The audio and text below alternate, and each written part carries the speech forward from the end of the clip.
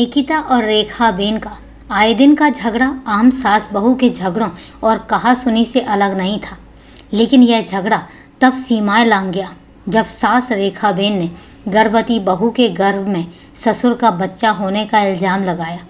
जाहिर है कोई भी औरत ऐसा झूठा आरोप नहीं सह सकती, निकिता भी नहीं।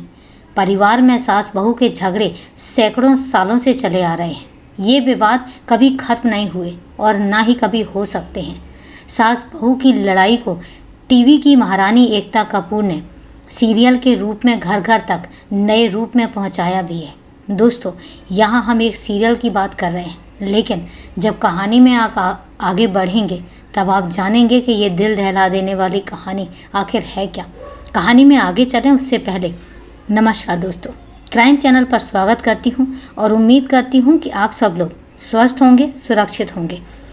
कहानी में आगे बढ़ें उससे पहले अगर आप परिवार में नए हैं या अभी तक आपने चैनल को सब्सक्राइब नहीं किया है तो सबसे पहले चैनल को सब्सक्राइब कर लें और साथ ही साथ बेल आइकन प्रेस करना ना भूलें।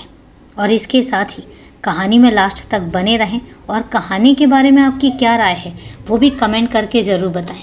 तो चलिए दोस्तों, आपका समय नहीं लेते हैं और जानते हैं कि आखिर ये सास बहू की कहानी है क्या। संपन्न परिवारों में सास और बहू एक दूसरे को मात देने के लिए कुटिल चालों का ताना बाना बुनती रहती थी, जिसके चलते टीवी सीरियल्स की कहानियाँ लंबी खिंचती जाती थी। अब इन सीरियलों का दौर भले ही खत्म हो गया हो, लेकिन वास्तविक जीवन में सास बहू के झगड़े अभी भी जारी हैं।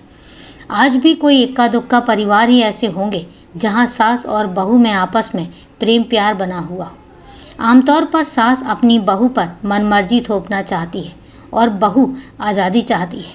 विवाद यहीं से शुरू होता है और यह विवाद कभी कभी इतना बढ़ जाता है कि या तो परिवार टूटने की नौबत आ जाती है और या फिर अपराध जन्म लेता है। कई बार ऐसे किस्से भी सुनने को मिलते हैं जब सास ने अपनी बहू को मार डाला। कभी इसके उलट कहानी भी सामने आती है।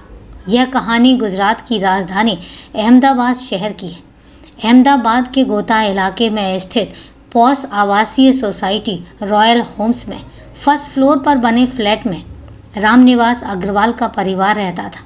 उनका शहर में पत्थर टाइल्स का बड़ा कारोबार है। बेटा दीपक भी उनके साथ व्यापार में हाथ बटाता है। घर परिवार में मौज थी। केवल 4 सदस्यों के इस परिवार में किसी चीज़ की कोई कमी नहीं थी। खुद रामनिवास अग्रवाल, उनकी पत्नी रेखा बेन, बेटा दीपक और बहू निकिता उर्फ नायरा। रामनिवास की उम्र कोई 55 साल है। उनकी पत्नी रेखा करीब 52 साल की थी। बेटा दीपक लगभग 30-32 साल का और बहू निकिता करीब 29 साल की। दीपक की शादी इसी साल 16 जनवरी को निकिता से हुई थी। निकिता राजस्थान के जिला अजमेर के व्यापार निवासी सुरेश चंद्र अग्रवाल की बेटी है। रामनिवास भी मूल रूप से राजस्थान के रहने वाले हैं। उनका परिवार पहले पाली जिले में सुमेरपुर के पास जवाई बांध इलाके में रहता था और बाद में रामनिवास व्यापार के सिलसिले में अहमदाबाद चले गए। वहाँ उनका कारोबार भी अच्छा चल गया।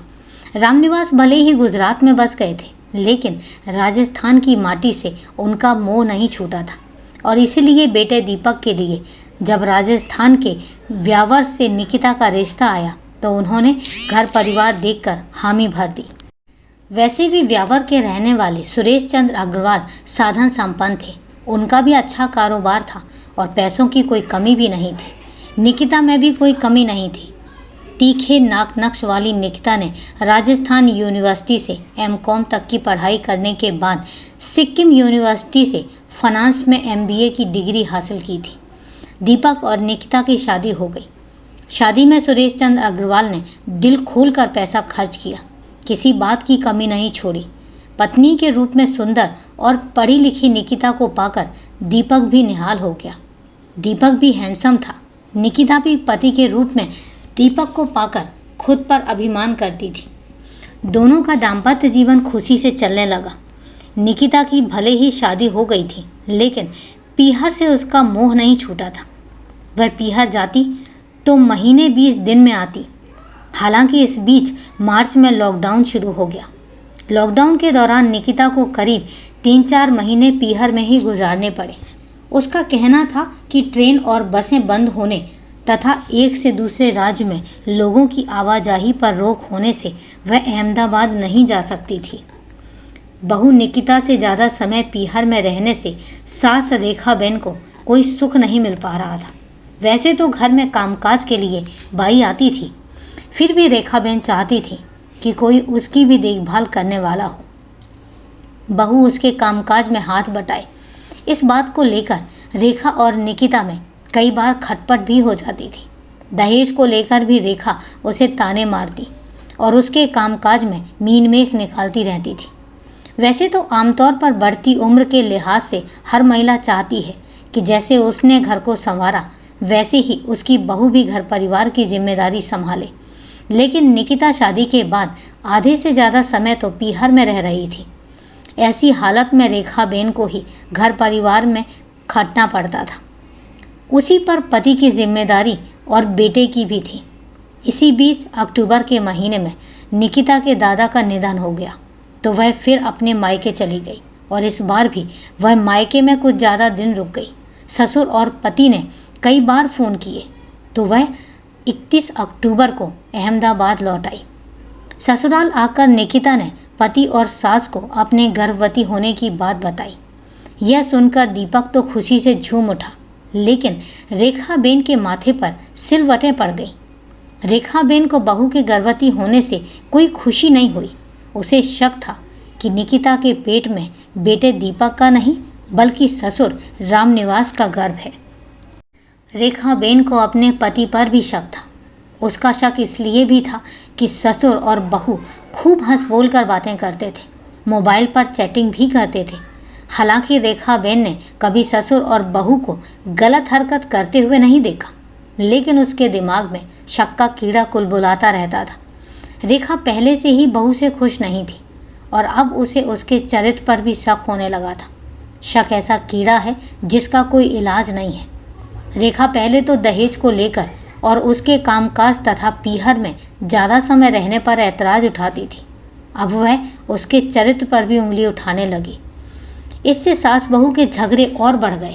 रेखा को जब भी मौका मिलता वह निकिता को ताने मारने से नहीं चूकती।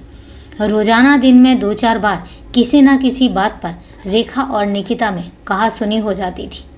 रेखा बहू की शिकायतें अपने बेटे और पति से करती तो वह हंसकर टाल देते थे। इस बीच रामनिवास कोरोना से संक्रमित हो गया और उसे 24 अक्टूबर को निजी अस्पताल में भर्ती करा दिया गया। पति के कोरोना संक्रमित होने से रेखाबेन भी चिड़चिड़ी सी हो गई। इसके बाद 27 अक्टूबर की रात करीब 8 बजे की बात है। घर पर केवल रेखा और निकिता ही थी। दीपक अपने टाइल्स पत्थर के ऑफिस पर गया हुआ था। रेखा उस समय रसोई में रात के भोजन की तैयारी कर रही थी। इसी दौरान रेखा अपनी बहू को ताने मारने लगी। रेखा के हाथ में लोहे का एक पाइप था। वह उस पाइप को निकिता के पेट पर धंसा कर कहने लगी, तेरे पेट में ये जो बच्चा है वह मेरे बेटे का नहीं बल्कि मेरे पति का है। सास के मुंह से ऐसी बातें सुनकर निकिता को गुस्सा आ गया। उसने रेखा के हाथ से वह पाइप छीन लिया और बिना सोचे समझे उसके सिर पर दे मारा। 50-52 साल की रेखाबेन जवान बहू का विरोध नहीं कर सकी। उसके सिर से खून बहने लगा और वह फर्श पर गिर पड़ी और इसके बाद भी निकिता का गुस्सा शांत नहीं हुआ। उसने पाइप से सास के सीने, पेट और चेहरे पर कई बार वार किया। पाइप से लगातार हमलों को रेखाबेन सहन नहीं कर सकी और उसके शरीर से कई जगह से खून रिसने लगा और थोड़ी ही देर में उनकी मौत हो गई। जब निकिता का गुस्सा शांत हुआ तो वह घबरा गई। उसकी सोचने समझने की शक्ति जवाब दे गई थी। कुछ देर बैठकर वह सोचती रही कि अब वह क्या करे। कुछ देर विचार करने के बाद उसने सास की हत्या को आत्महत्या का रूप देने की योजना बनाई। उसने फ्लैट में ही रेखा के शव पर चादर डालकर उसे जलाने का प्रयास किया। उसे यह नहीं पता था कि इंसान का शव इतनी आसानी से नहीं जलता। शव नहीं जला तो वह हताश होकर अपना सिर पकड़कर बेडरूम में जा बैठी। इस बीच पड़ोसियों ने सास बहू के बीच झगड़े और मारपीट की तेज़ आवाज़ें भी सुनी तो उन्होंने रामनिवास के फ्लैट का दरवाज़ा खटखटाया, लेकिन निकिता ने दरवाज़ा नहीं खोला। कई बार घंटी बजाने और कुंडी खटखटाने के बाद भी जब दरवाज़ा नहीं खुला तो पड़ोसियों ने रामनिवास को फ़ोन किया। रामनिवास अस्पताल में थे। पड़ोसी की बात सुनकर वे भी चिंतित हो उठे। उन्होंने बेटे दीपक को तुरंत घर जाने को कहा। दीपक उस समय अपना ऑफिस बंद कर चाणक्यपुरी ब्रिज स्थित मंदिर में हनुमान जी के दर्शन करने गया हुआ था। वह रात करीब 9:30 बजे फ्लैट पर पहुंचा। उसने घंटी बजाई, लेकिन निकिता ने गेट नहीं खोला। उसने गेट की कुंडी भी खटखटाई, लेकिन फिर भी दरवाज़ा नहीं खुला। तो उसने माँ और बीवी के मोबाइल पर फ़ोन किया, लेकिन दोनों ने ही फ़ोन भी नहीं उठाया। उसे लगा कि निकिता ने माँ से झगड़े के बाद गेट बंद कर लिया होगा और अब वह गुस्से में गेट नहीं खोल रही है। थक हार कर उसने पड़ोसियों की सीढ़ियों के रास्ते से अपने फ्लैट में जाने की कोशिश की, लेकिन उसे कामयाबी नहीं मिली। बाद में उसने पड़ोसियों से पाइप की बनी सीढ़ी का इंतज़ाम किया। इस सीढ़ी पर चढ़कर वह रसोई के रास्ते से अपने फ्लैट में पहुंचा। उसकी माँ का कमरा बंद था। उसने कमरा खोला तो माँ की खून से लथपथ अधजली लाश देखकर दीपक सहम गया। माँ की लाश के पास ही खून से सना लोहे का एक पाइप पड़ा था। निकिता अपने बेडरूम में चुपचाप बैठी थी। उसने उससे पूछा कि यह सब क्या है और यह सब हुआ कैसे।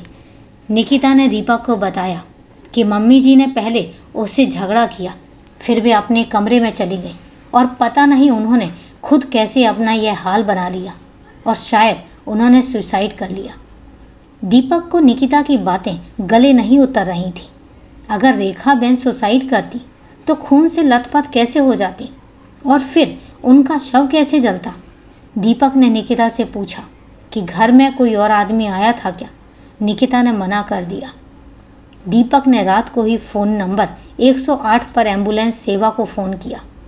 एम्बुलेंस के साथ आए डॉक्टर और चिकित्सा कर्मियों ने रेखा बहन की जांच कर उसे मृत घोषित कर दिया और इसके बाद दीपक ने पुलिस को फ़ोन किया। पुलिस उसके फ्लैट पर पहुंच गई। पुलिस ने दीपक से पूछताछ की। दीपक ने पिता के फ़ोन आने से लेकर सीढ़ी के रास्ते फ्लैट पर चढ़ने और माँ का लहूलुहान शव पड़ा होने की सारी बात बता दी। पुलिस ने निकिता से पूछताछ की तो उसने भी वही बातें कही जो दीपक को बताई थी।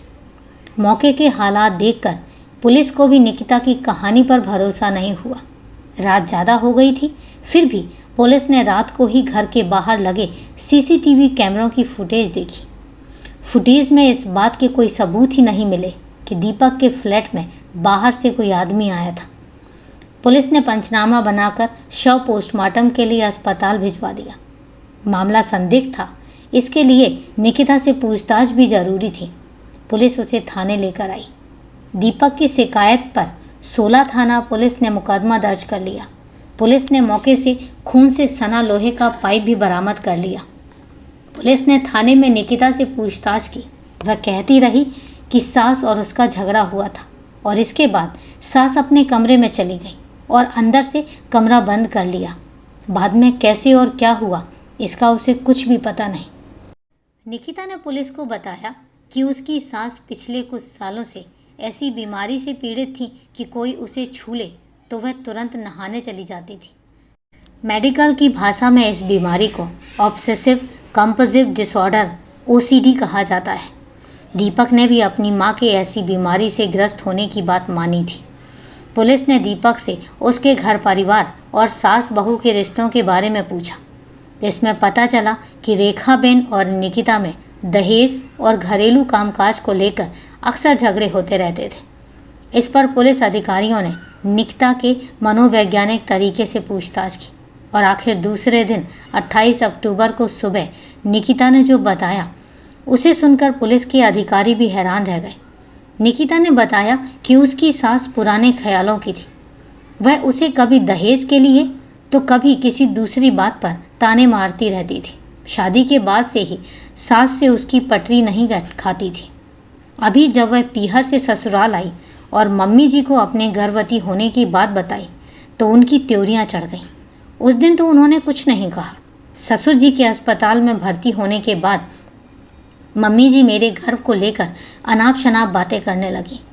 उस दिन जब उन्होंने उससे गर्भ ससुर का होने की बात कही तो वह गुस्से में अपना आपा खो बैठी और उनके हाथ से पाइप छीनकर ताबड़तोड़ हमले कर दिए।